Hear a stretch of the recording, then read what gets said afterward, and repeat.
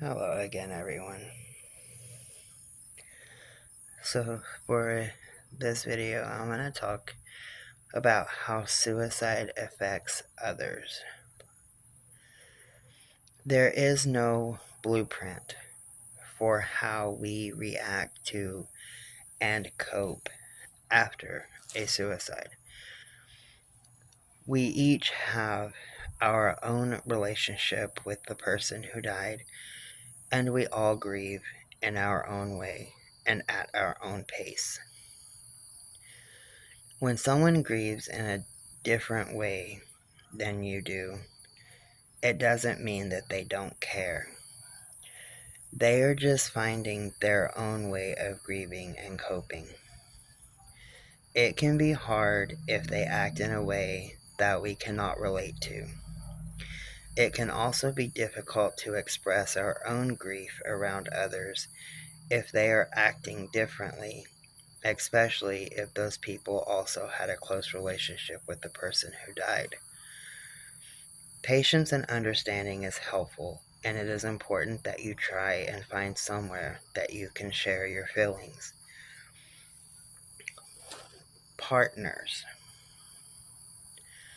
Losing the person that you have chosen to share your life with can destroy your hopes and expectations for the future. When you lose a partner to suicide, it is not unusual to experience strong feelings of rejection or betrayal, a sense that they broke your shared commitment, that they chose to leave you, or that they did not feel that they could look to you for help. You are likely to have had one of the closest relationships with the deceased, physically and emotionally. If there were no indications of their intentions, you may question yourself about how you could not have noticed or feel that they deceived you by hiding it. Or, if there were indications, you may feel guilty that you did not do enough. You may find yourself questioning other aspects of your relationship and worrying about how others perceive you as a partner.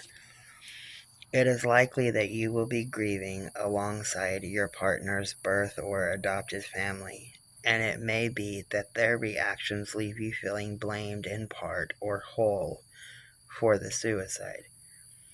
This may be unintentional, but sometimes people voice explicitly where they think the blame lies. If you have children, you may find that you have to manage your experience of grief as a partner alongside supporting your children through the loss of their parent. In addition to the emotional impact of your bereavement, you may have practical concerns as a result of how having to cope with finances, home and family, single-handedly. There may need to be major changes in life, changing or giving up your job, moving to a more affordable house, or just simply to becoming a single parent. You may also find that your social life is impacted too. The world may suddenly feel as if it was made for couples. You may find that it is difficult to contemplate developing new relationships in the future. For sons and daughters, the death of our parents is always challenging, but even more so when they die by suicide. It can invoke feelings of abandonment or rejection when someone who holds the key, caring and guiding role in our lives takes their own life.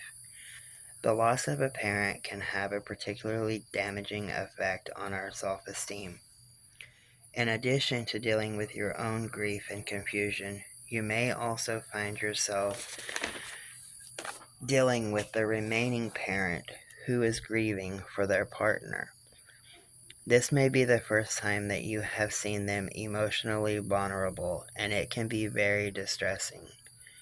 If you are a child, they may still be caring for you while dealing with their own grief, if you are older, you may find yourself caring for them as they grieve and the roles become reversed.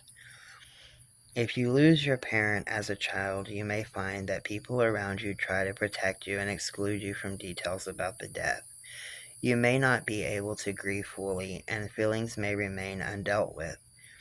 This protection may even be so extreme that you may only find out the truth about your mother or father dying by suicide many years after the event, which may lead to a lot of memory searching questions and a breakdown of trust.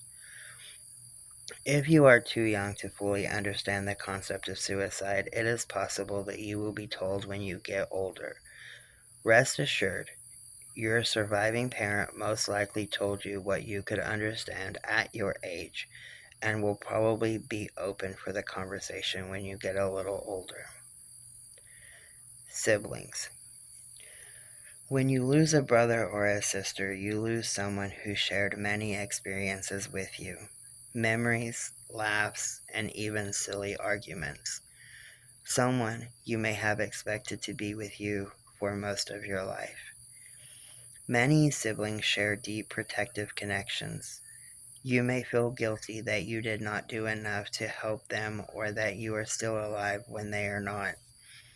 Siblings may find that they become isolated in family, perhaps because the parents seek to protect their remaining children by not sharing or involving them in the experience, or it could be that remaining brothers and sisters do not fully share with their parents because they do not want to provoke worry, sadness, or distress. Brothers and sisters may also feel overlooked when attention is directed towards the parents by others. This can feel very isolating, but is worth remembering that sometimes people find suicide a difficult topic, and so that they may use an indirect question to start a conversation. How is your mom? For example, which may lead to a more direct conversation. Twins may feel an even more extreme loss, emotional and physical, and may feel further isolated as so few will have shared understanding of their experiences. Grandparents. Grandparents are vulnerable to being hidden grievers, as much of the focus is on the parent or the parents. However, the relationship is very close. You are likely to also be concerned for your own children, the parents of the deceased, and want to be supportive to them. Your own grief reaction may very well be overlooked. Extended family. You may not have been closely related, however, you may still be deeply affected by a suicide in your family, particularly if you had a close relationship with the deceased. Other family members may not realize the depth of your grief. They may look at you to provide practical help and support.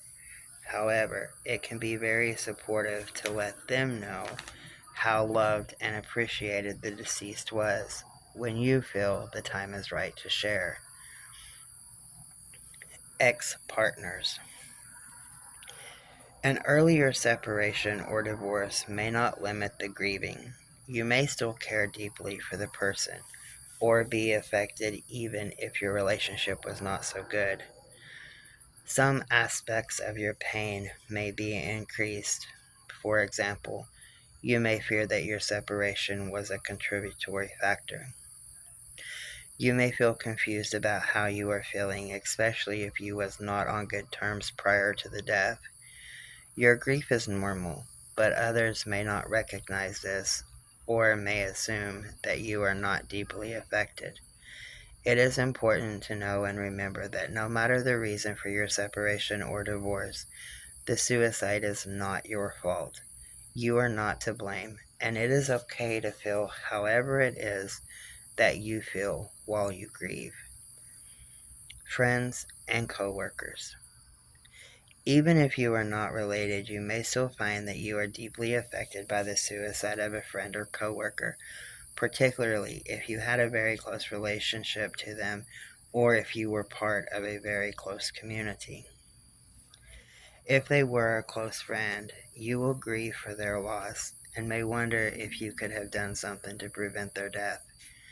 If your relationship was more formal, like they was your employee, you may wonder if somehow you contributed to their distress. This may affect your confidence and impact your ability to manage others. You might not realize that the suicide has had a significant impact on you. You may think that because you are not related that you should not be affected in the same way. However, it is important that you are able to talk about how you feel and that you seek support from your friends, family, community, or elsewhere. For clients, patients, and customers, if you had a professional relationship with the person who died, one of a caring nature, you may experience feelings of guilt, feelings that you let them down, or that you could have done something different. You may find it difficult to go to work. It is important to seek the appropriate supervision and support. You should always talk with your employer about occupational health and other support that they can provide for you. Stranger suicides. A suicide can have an impact even if you do not know the person. It may be that you somehow became involved in what happened, you found the body, they were part of your community, etc. Whatever the circumstances, it is important to recognize that the suicide of a stranger can still have a profound effect on you. It may not cause you to grieve in the same way as family and friends, but it can trigger strong emotions and questions. People who have suicidal thoughts often feel as if they are at a hopeless point in their lives where suicide is the only way to deal with what they are experiencing. It is so important that everyone knows there is always another option. These thoughts will pass, and talking to someone you trust can help, and it can help them clear up more quickly. You may worry about sharing these thoughts with a family member or a friend. Perhaps you don't want them to panic, or it is hard for you to find the right words. Some people find it easier to talk to people that they do not know. With that being said, my email is always open. If anybody is struggling with suicidal thoughts, you can email me at silence.is.violence23@gmail.com. I never guarantee that I will have all the answers or the solutions, but I can guarantee that I will listen to what you have to say, and I will try to lead you in a way to where you can get professional help or help you find a way to talk to a family member or someone that you have local. I don't always have the answers, but I do have this answer. Your life is worth living. And I am here if anybody needs to talk. If you're going through it, if you're grieving, if you're suicidal, you can reach out to me.